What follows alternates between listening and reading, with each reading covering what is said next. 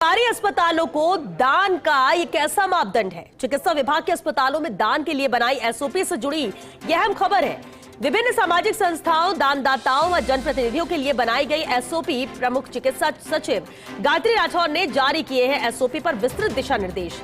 SOP के तहत सभी अस्पतालों में गठित की जाएगी डीएसी यानी दान स्वीकार्यता समिति।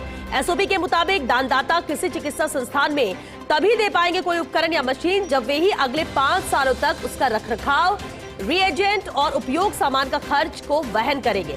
हालांकि इस नियम के पीछे की मंशा ये कि मशीन का अस्पताल में समुचित उपयोग हो सके, लेकिन फिर भी अपनी तरह के अलग नियम को लेकर सभी जगह शुरू हुई है चर्चा। और चर्चा ये कि इस तरह के सख्त नियम से दानदाता कैसे होंगे दान के लिए प्रोत्साहित।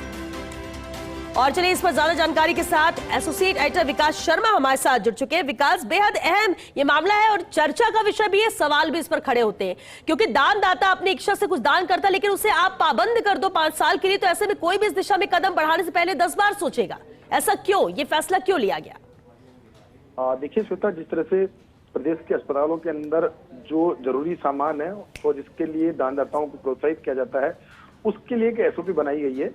और उस एसओपी में जो अलग अलग नियम बनाए गए हैं, उनमें कई नियम तो ऐसे हैं जिनकी वास्तव में जरूरत थी। कई नियम ऐसे हैं जो कि फील्ड में जिस तरह की दिक्कतें आ रही थी उनको देखते हुए जरूरी हो गए थे। लेकिन उस बीच में एक नया नियम इसमें निकाला गया है जो एसओपी निकाली गई है। उसमें उस एसओपी में कहा गया है कि कोई भी अगर मशीनरी उपकरण या और कोई भी चीज ऐसी दान मिली जाए तो उसकी मेंटेनेंस का या फिर उसमें जो कंज्यूमेबल आइटम जो लगते हैं उनका जो 5 साल का जो खर्चा है वो जो है दानदाता से वसूला जाए। यानी कि अगर मान लीजिए कोई अगर सिटी स्कैन मशीन दान करना चाहता है तो सिटी स्कैन मशीन की अगले 5 सालों के अंदर जो कंज्यूमर आइटम यानी उसके जो पॉइंटम का जो खर्चा होगा वो भी दानदाता से लिया जाएगा। तो ये बहुत बड़ा अमाउंट है और इससे निश्चित तौर पर जो दानदाता है जो है वो और जो बड़ा दान करने वाले लोग हैं उनका जो वो हतोत्साही होते नजर आएंगे।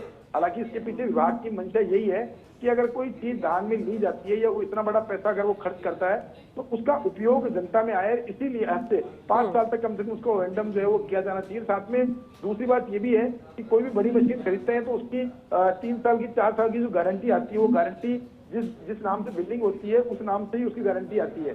तो अगर अस्पताल प्रशासन अगर उसको मेंटेन करता है तो उसको उसकी मेंटेन करने में दिक्कत आती है क्योंकि गारंटी जो है वो कंसर्न व्यक्ति जो भी दान देता है उसके नाम से होती है, तो उसकी जिम्मेदारी तय करने की बात सामने आई है। लेकिन फिर भी इस तरह का नियम जो बनाया गया है, इस तरह का नियम एसओपी जो बनाई गई है उसको स्पष्ट रूप से उसमें उल्लेख करना चाहिए था कि इसका मंशा क्या है विभाग की, और साथ में इसमें जो दानदाता है उनको प्रोत्साहित करने के लिए क्या फैसिलिटी हम प्रोवाइड करा सकते हैं। तो ये सारी चीजें उसमें करनी चाहिए थी, हालांकि वो इसमें नहीं की गई। हालांकि विभाग का जो मंशा यही है कि दानदाताओं की जो चीज है और जिस मंशा के साथ दान किया जाता है उस मंशा के हिसाब से मरीजों को उसका उपयोग हो सके, इसके लिए पूरी कवायद की जा रही है। लेकिन फिर भी जो नियम जोड़ा गया है वो सभी के लिए चर्चा का विषय जरूर बना हुआ है। जी चलिए, बहुत शुक्रिया विकास इस पूरी जानकारी के लिए। तो नियम चर्चा का विषय बन चुका है, सवाल भी उठ रहा है। अब देखना होगा कि क्या इस पर कोई बदलाव होता है या इसे लागू किया जाएगा पूरी तरह से।